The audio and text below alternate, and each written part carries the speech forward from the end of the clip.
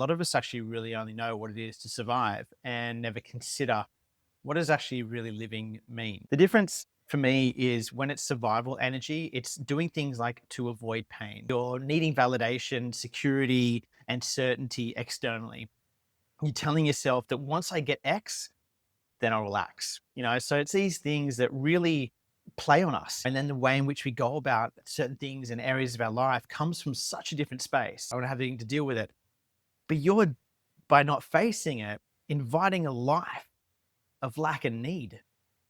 For me, that energy in life, when you start to change it up, and the living energy is really a place where you're moving from fulfillment, from love. But you start to notice that action comes from fullness, not deficiency. You start to notice that you're doing things because you love the doing. You're letting life move you instead of forcing outcomes. And that's a big one. It means being moved by my soul, being moved by what's true for me.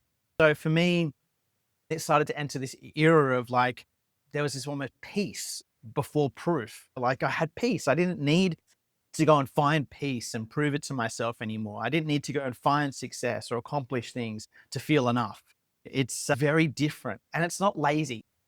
For me, it just feels really clean and pure when it's the other way around and you're moving from the energy of already feeling alive, that energy of living. For me, I find that such a difference that firstly, you must be honest with yourself. You got to go and look at where in my life am I doing things out of need or lack? If I'm honest, am I going to a job that I really love, or am I doing it a means to an end because I don't feel safe and secure in myself, and I'm hanging for that paycheck every week? Am I in relationships that rather than being honest, I'm people pleasing because I don't want to feel alone?